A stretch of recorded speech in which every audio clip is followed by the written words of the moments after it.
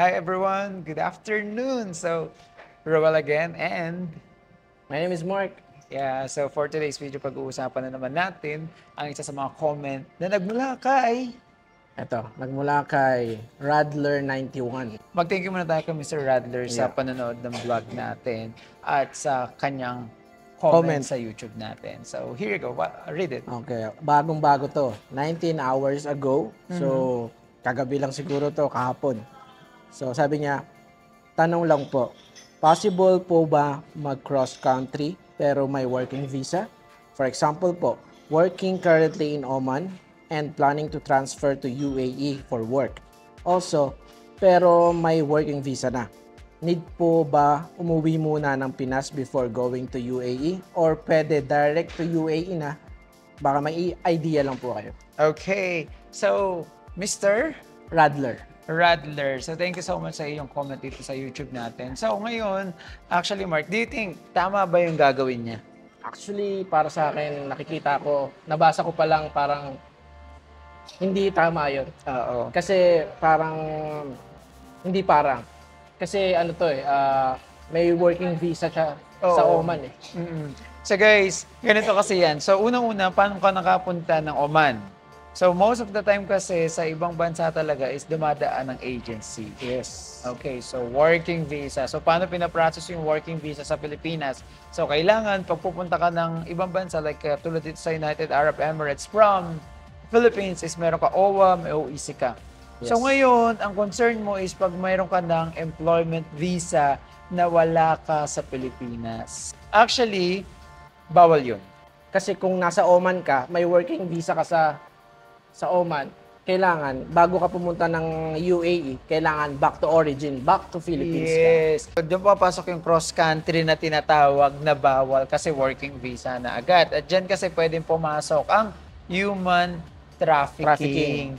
Kasi nga parang, okay, pinapunta ka dito para magtrabaho. Anong trabaho ba yan? Baka mamaya illegal yung pagtatrabaho mo or alam mo yung mali, may mangyari sa'yo masama kasi naka-working visa ka na, hindi ka registered sa OWA, wala ka OEC. So, ano yun?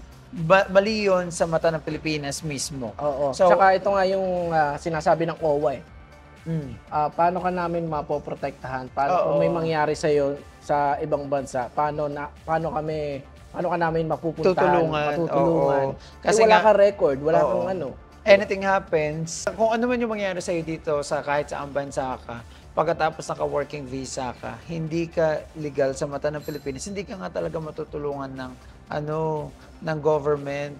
Yung OWA, yung OEC, yan kasi yung parang insurance natin. Oo. Sa anything happens to you, tutulungan ka ng government. Actually, if we're going to talk about yung may visa na doon sa Oman, papunta dito, pwede naman nilang gawin talaga yon. Pwede sila makalusot dito, papunta dito. Pero we don't recommend that. That's really wrong. Kaya tinatawag ang cross-country or ini-stereotype ang cross-country na mali dahil doon sa ginagawang may working visa na. Ngayon, at ang mga tourist visa, i-relate natin ang tourist visa. Tinatawag nilang cross-country yun. Yung Pero, for example, nasa Oman ka tapos pupunta ka ng UAE, oo, 'di ba? Tapos tourist visa ka. Yeah, Tinatawag yun. nilang cross country 'yun, 'di ba?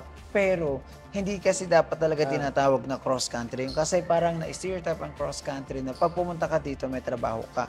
Pero makikitang maling-mali yung pag-employment visa. Pag tourist visa ka kasi na pumunta dito, pagkatapos, syempre, tourist visa ka eh. Oo. So, pwede ka talagang pumunta anywhere in the world as long as you have a complete documents. So, hindi ka mabubutasan doon. Kasi katulad nito, napakadaming pupunta dito na tourist visa. Pagkatapos, yung iba talaga is talagang magtutour lang talaga. Oo. So, walang problema yun. Pero pag pinag-usapan na natin kasi yung working visa papunta dito, yun yung mali talaga. Yun yung hindi natin pwedeng i-recommend sa mga tao. Kasi, kung tulad na, sasabihin ko sa'yo, Mr. Ano ulit yung pangalan niya? Radler. So, katulad nito, Mr. Radler, pupunta ka dito under employment visa. So, ngayon, pag sinabi ko dito sa vlog na to, okay lang po yan, pumunta po kayo dito, walang problema yan, makakalusot kayo, okay lang may trabaho. Tayo mabubutasan Ay, noon. hindi ko magets. may employment visa May employment visa na siya sa UAE.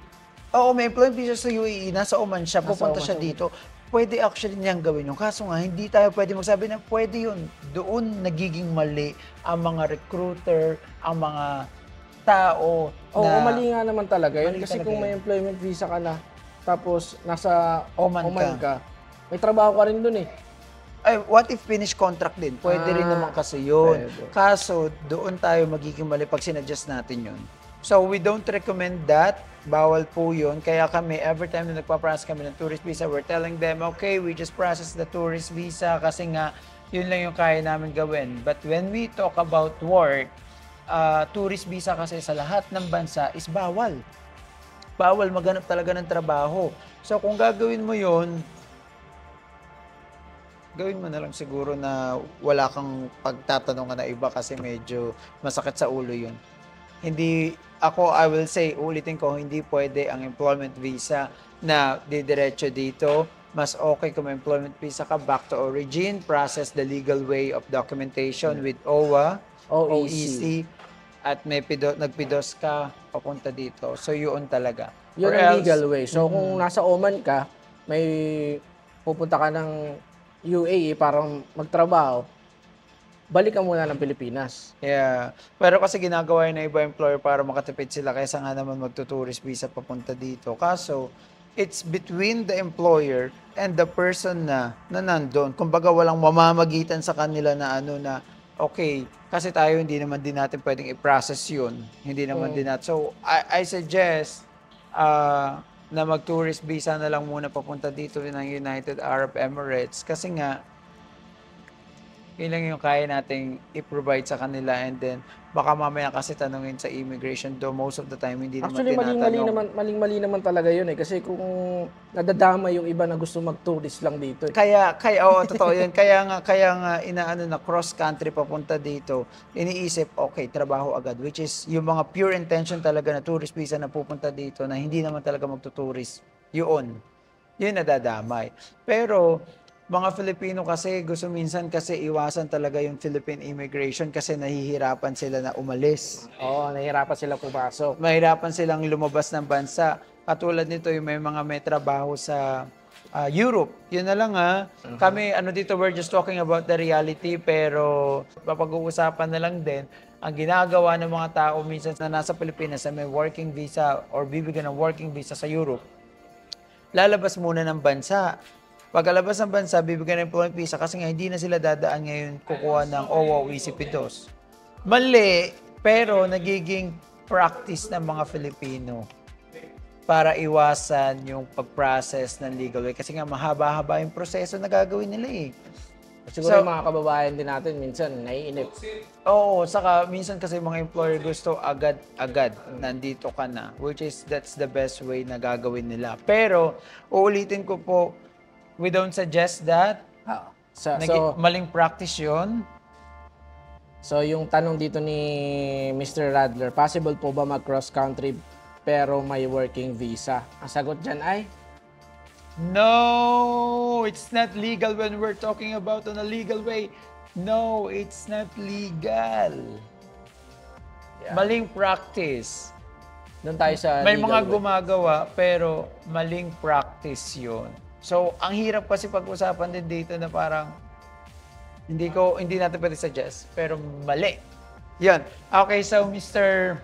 Tadler, hanggang dun lang. So, sana nasagot namin yung tanong mo. Kasi kung papakinggan mo yung vlog, kahit ako paulit-ulit yung sinasabi natin. Kumbaga, paikot-ikot lang din na at the end of this conversation is mali. No? So, ito yung tamang sagot diyan. Hindi siya possible. Ang kailangan mo is umuwi ka muna ng Pilipinas. On a legal way. Oo. Possible siyang gawin niya yon na pumunta dito. Muna siya, kumuha muna siya ng legal documents. Pero possible niyang gawin yon papunta dito. Pero ulitin natin, maling practice yun. Mali siya.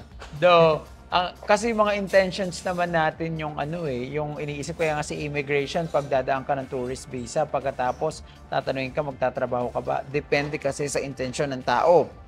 Like si tourist visa, intention, maghanap ng trabaho, ino-offload na agad yun. Yun. So ngayon, hindi natin maaano kasi, hindi natin, ano tawag dito, ma-differentiate yung sa employment at then yung sa tourist visa. Minsan kasi same sila na eto may working visa lang, eto tourist visa, pero ang intention when they come here is work naman talaga. Oh. Pero ulitin namin, mali po yung possible, pero we don't Mali. suggest that. Okay, so thank you so much guys sa panonood ng YouTube. Kung may mga katanungan kayo, message us or comment us Sa YouTube, at saka sa WhatsApp number na kung mailagay namin yung number sa dito. description. Yes. Yeah.